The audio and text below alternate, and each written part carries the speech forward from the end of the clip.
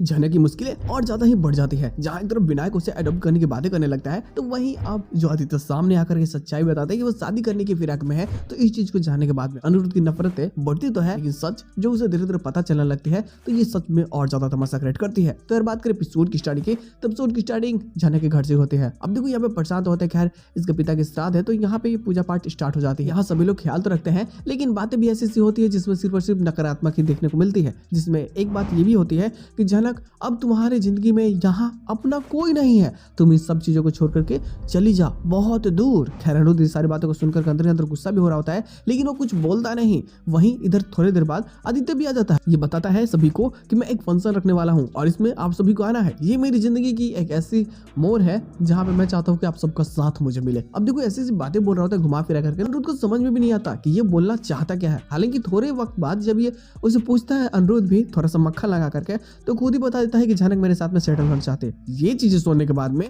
पैरों के नीचे से तो मानो तो जमीन ही खिसक चुकी होती है। यहाँ पे जो विनायक भी आया होता है वो भी बहुत ही गुस्सा में होता है, क्योंकि वो सृष्टि झगड़ा करके आया होता है ऑलरेडी कि सृष्टि मैं जा रहा हूँ झनक को अडॉप्ट करने के लिए, और हाँ वो तुम्हारी बेटी है, तुम चाह भी कुछ कर नहीं सकते, और अब मैं उस बेटी को अपने साथ रखूंगा। देखो सृष्टि नहीं चाहती कि यहाँ पे आकर के झनक रहे, तो बहुत गुस्सा करती है और इधर उधर की बातों में ही वो कहीं ना कहीं अपने प्लानिंग के बारे में बताती है कि अगर मैं एक को मार सकती हूँ तो मैं किसी और को मार सकती हूँ, और मैं अपनी इज्जत बचाने के लिए विनायक आपको भी मार दूंगी। वो अपने मन में बोल रही होती है, लेकिन गुस्सा बहुत ज्यादा होती है कि मेरी बेटी सिर्फ और सिर्फ अर्ची है, आप झनक को मेरी बेटी नहीं बोल सकते।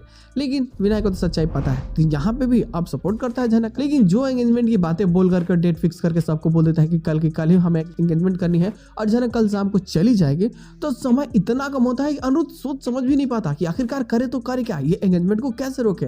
और इसी चीज के लिए वो कहीं ना कहीं प्लानिंग बनाने लगता है कि अगर झनक ने ऐसा बोला है तो आखिर मुझसे झूठ क्यों बोला, कि उसने आदित्य से बात ही नहीं किया आज कितने दिनों तक, ये कैसे हो सकता है। झनक मुझसे झूठ बोल रही है कि वो उसकी बातें होती है। ये चीज जाने के बाद में ये और ज्यादा ही परेशान हो जाता है कि झनक मुझसे झूठ बोल रही है, आखिर मैं इतना पराया हो चुका हूँ कि मुझे वो अपनी बातें तक नहीं बता पा रही है। उसे बहुत बुरा लगता है, वो रोने लगता है समझो तो एक तरफ से देखा जाए तो। हालांकि इसी के साथ में एपिसोड की एंडिंग कर दी जाती है, लेकिन आंखों की नींद तो इसकी उड़ा देती है एंगेजमेंट वाले डे पे, जब पता चलता है कि झनक ने तो मैसेज ही नहीं किया था और वो बताती है कि उसका फोन उसके पास है भी नहीं। आज फोन यूज किए उसे लगभग कितने समय हो गया, लेकिन यहाँ पे अब उसको लगता है कि कैसे हो सकता है, तुमने अगर मैसेज नहीं भेजा तो मैसेज भेजा किसने है। तो अब अनिरुद्ध को शक होता है कि उस टाइम पे बिपाशा ही आई थी और बिपाशा ने झूठ बोल करके इसे बोल दिया कि नीचे बुलाया जा रहा है, और झनक को पूजा पाठ के बहाने बहला फुसला करके वो फोन चुरा लिया था। और हालांकि ये सारे प्लानिंग बिपाशा की होती है, तो अनिरुद्ध जो पहले बिपाशा पे हाथ नहीं उठा रहा था, यहाँ पे तुम समझ सकते हो कि उसकी ऐसी हाल कर देगा ना,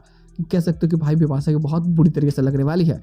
कुछ भी हो, लेकिन यहाँ स्टोरी डाइवर्ट होगी और यही सारी चीजें काफी इंटरेस्टिंग होगी। लेकिन अब अगर ऐसा चलता रहा, झनक इस घर में बिना रिश्ते की रहेगी, तो ये लोग फिर से षड्यंत्र करेंगे और यही कहानी यहाँ से चेंज होगी कि अब अनिरुद्ध शादी का फैसला करेगा कि वो झनक से शादी करने वाला है। वो अर्चित से अब कोई रिश्ता रखना नहीं चाहता, सिर्फ और सिर्फ इस चीज में, क्योंकि अर्ची भी तो शामिल होते हैं ना इस पूरी प्लानिंग में, और अब इसका नफरत अर्ची को भी झेलना पड़ता है। काफी ज्यादा मजेदार और काफी बेहतरीन होने वाली है, तो गुड़लो बवाल तो होगा ही। तो बस यार आज के एपिसोड बस इतना ही, हम लोग मिलते हैं बहुत जल्द किसी नए वीडियो के साथ में, तब तक के लिए बाय।